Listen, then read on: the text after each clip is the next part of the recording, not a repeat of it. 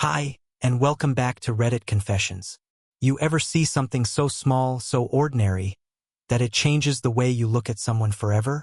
For me, it was a thin circle of gold, my wife's wedding ring, sitting on the bathroom sink, right next to her brand new lipstick, a shade she swore she'd never wear. It was 6:13 in the morning. She didn't know I was awake.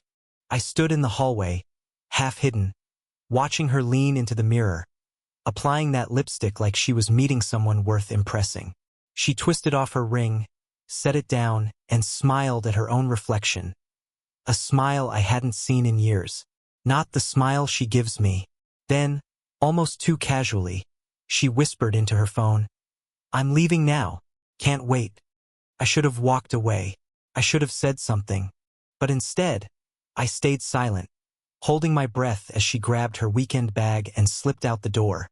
The sound of her heels tapping down the front steps was so sharp it felt like it was splitting my skull. Her girls' weekend was supposed to start later that day. No one starts a trip at 6 in the morning, unless it's not what they told you it was. I waited 15 minutes, then grabbed my keys. I didn't even bother changing out of my pajama shirt. I followed her car from a distance, my heart pounding with every turn she took, until she pulled into the entrance of a hotel I'd driven past 1,000 times but never stepped inside.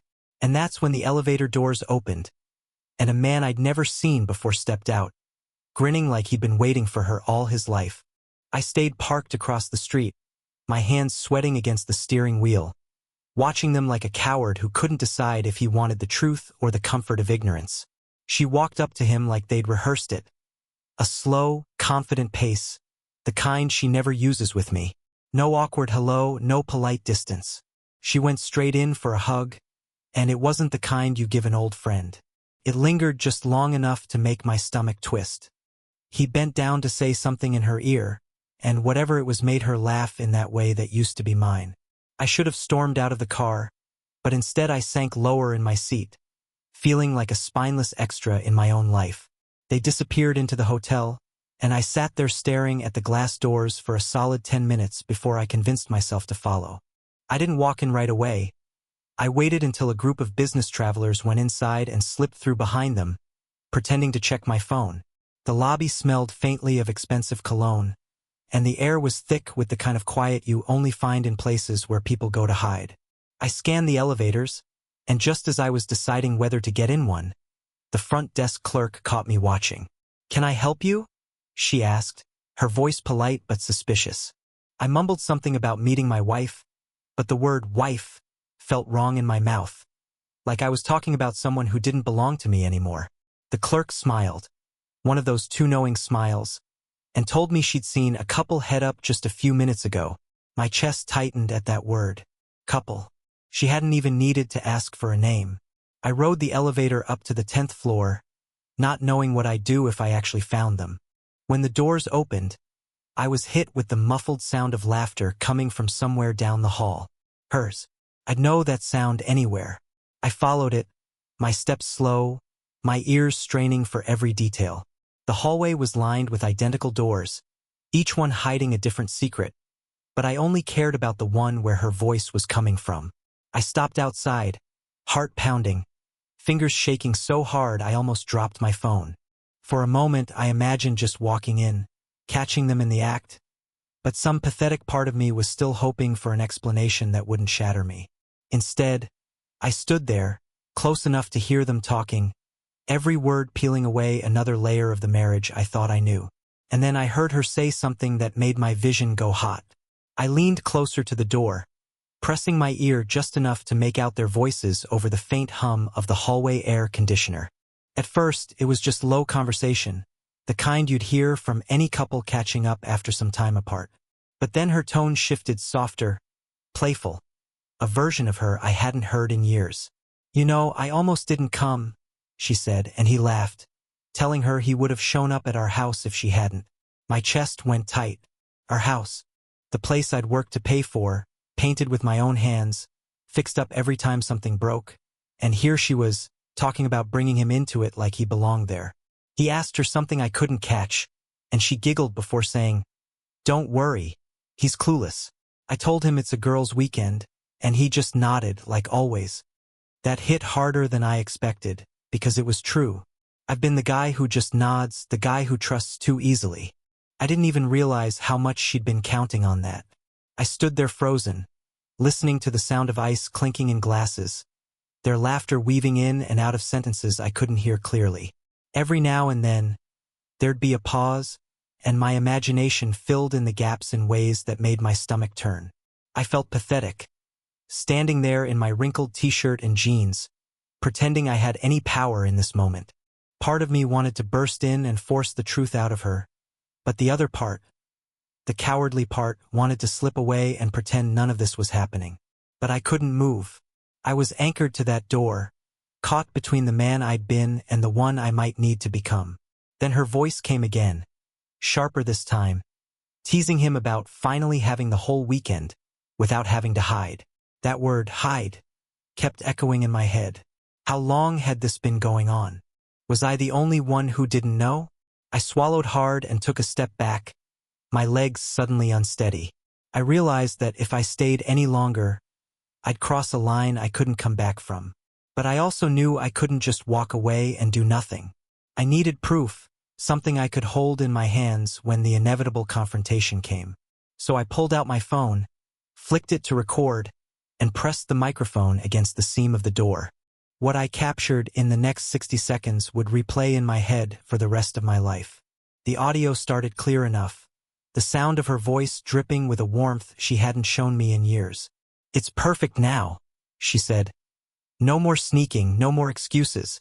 His voice followed, deeper, slower, telling her that he'd been waiting for this since the first time in his car. My stomach nodded at those words. The first time. That meant there had been more than one, maybe many. I could hear the faint rustle of movement, a laugh muffled against fabric, and then her saying something that burned straight into me. "He's so easy to fool, it's almost not fair." My fingers tightened around my phone until they ached.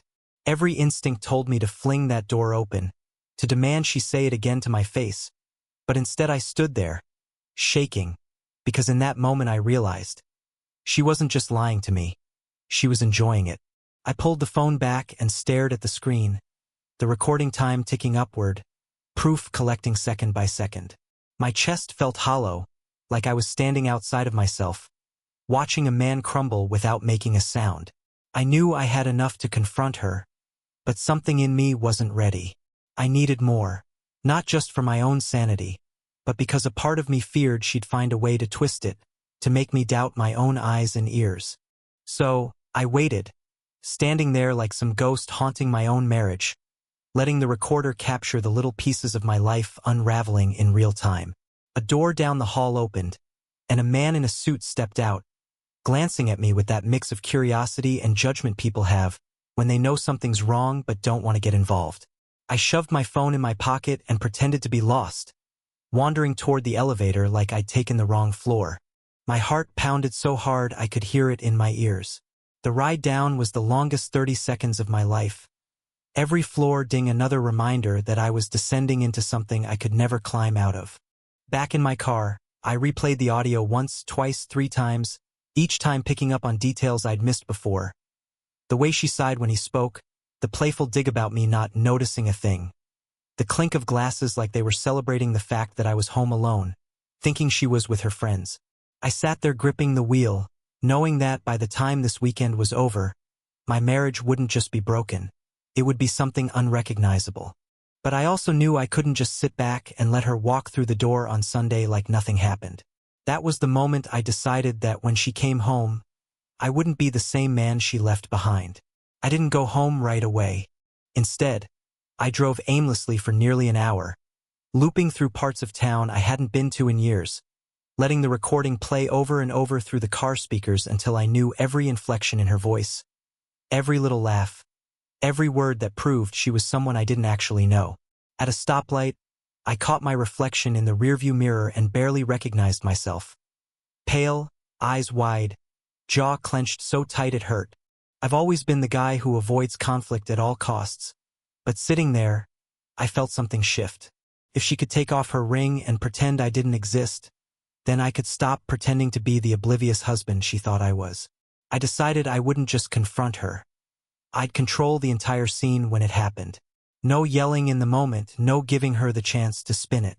This needed to hit her in a way she'd never forget. I stopped by an electronics store and bought a small camera, the kind you can tuck into a plant or mount in a corner without anyone noticing. It felt ridiculous, like I was planning some kind of spy operation, but the thought of her walking through our front door after that weekend and lying straight to my face made my skin crawl. I needed her own actions to betray her. I went home and set it up in the living room, angled perfectly toward the couch where she'd no doubt sit to tell me about her fun with the girls. Then I pulled out a blank envelope and slid a USB drive inside, leaving it empty for now, but planning to load it with the audio and any footage I captured. That envelope would be my trap, my way of making sure she knew there was no room left to twist the truth. By late afternoon, I was pacing the living room like a caged animal. My phone buzzed with a text from her. "Made it! Having so much fun already.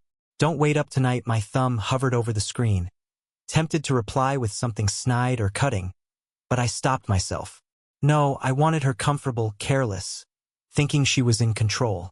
I sent back a short, "Glad you're having fun," just enough to keep her guard down. That night, I sat in the dark with the TV on low, trying to imagine her weekend while fighting the urge to drive back to the hotel and demand an audience with both of them. I could picture her laughing at dinner, leaning across the table toward him, telling stories about our life that I wasn't meant to hear. I hated that my mind went there, but I couldn't stop it. Around midnight, I checked the living room camera feed. Nothing, just the empty space where I'd confront her when she returned. But the idea that in 48 hours she'd walk into that room thinking nothing had changed kept me rooted in my plan. Because this time, I wasn't going to be the man who just swallowed the pain and let it fade. This time, I was going to make sure she saw exactly what I saw and heard exactly what I heard. The next morning, I woke up on the couch with my phone still in my hand, the battery nearly dead for me, replaying that cursed audio half the night. The moment I plugged it in, I saw I had 3 new notifications. 2 were from her, both short and sweet. "Good morning, Redheart," and later, "Off to brunch with the girls." The third was from an unknown number, and it was only one sentence. "You deserve to know the truth about your wife." My heart slammed against my ribs so hard it made me sit up straight. The text came with a video attachment. My thumb trembled as I tapped it, and within seconds I was staring at shaky footage from what looked like the lobby of that same hotel. There she was, Tessa, in that same lipstick, wearing a dress I'd never seen, holding the arm of the man I'd watched greet her yesterday. They weren't careful. They didn't even look around. They just walked toward the elevator like they owned the place, and right before the doors closed, she leaned in and kissed him like they were in some cheap romance movie.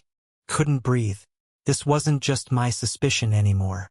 This wasn't just audio I could tell myself might have been taken out of context. This was the image burned into my brain, undeniable and humiliating. And the fact that it came from some anonymous sender made it even worse. Someone else out there knew. Someone had been watching my wife, maybe even for a while, and decided I should finally see what they saw. That thought made my skin crawl. I texted back immediately, "Who is this?" But whoever it was didn't reply. The message was delivered, read, and then nothing. I tried calling and it went straight to voicemail. I must have stared at my phone for a solid 20 minutes, the hotel image frozen in my mind. My first instinct was to drive straight there, storm the building, and end this farce right then and there. But every time I pictured that scene, I saw her smug expression, the way she'd probably smirk and say I was overreacting, that I was paranoid, that I'd ruined her weekend for no reason. I couldn't give her that out. So instead, I took that video, saved it to my computer, and dropped it right into the empty USB drive inside the envelope I'd prepared. Now, the envelope wasn't just a threat, it was a guarantee. The audio, the video, the lies, the sneaking, the lipstick, it was all lining up into something she couldn't wriggle away from. The rest of the day passed in slow motion. Every buzz of my phone made me jump, hoping it was the mystery sender with more proof, more answers. But it was only her, sending me a picture of a champagne glass at brunch, a plate of pancakes, a blurry selfie with her friends, none of whom I recognized. I studied every pixel of those photos, looking for him, for the hotel, for anything that would slip through the cracks of her story. My head was pounding by evening, but I didn't care.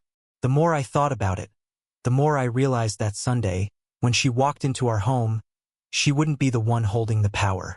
And I'd make sure she understood exactly how it felt to be the fool. Sunday morning crept in like a storm cloud. I barely slept, pacing the house until the early hours, replaying my plan in my head over and over. The living room camera was still in place, the USB envelope was on the coffee table, and I'd made sure my phone was fully charged to record every second of what was about to happen. I wanted her to walk in unsuspecting, all smiles, thinking I was the same passive man she'd left behind on Friday.